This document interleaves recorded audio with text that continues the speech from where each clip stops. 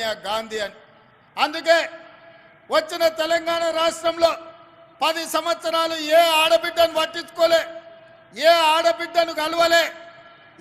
ఆనాటి ముఖ్యమంత్రి ఆడబిడ్డలు ఎట్లున్నారని అడగలే, మహాలక్ష్మి గ్రూపుల పరిస్థితి చూడలే, మీకు పావులా వడ్డీ ఇయ్యలేదు, సున్నాకు వడ్డీ గురించి మాట్లాడలేదు. మీ సంఘాలను దివాలా దీపించి మీ ఉసురు తలిగింది కాబట్టే ఇవాళ ఉద్యోగం ఊడిపోయి ఫామ్ హౌస్లో వండుకున్నాడు.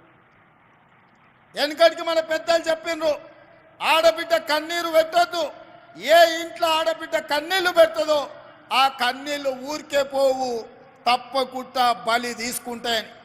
అందుకే తెలంగాణలో ఉన్న ఆడబిడ్డలు 10 సంవత్సరాలు కష్టాలలో కన్నీళ్లలో కేసీఆర్ కనికరం లేక సంఘాలను దివాలా దీపిస్తే ఆడబిడ్డలందరూ కంకణం కట్టుకొని కేసీఆర్ను బండకేసి కొట్టిండ్రు, 100 మీటర్ల గోతి తీసి పాతి పెట్టిండ్రు.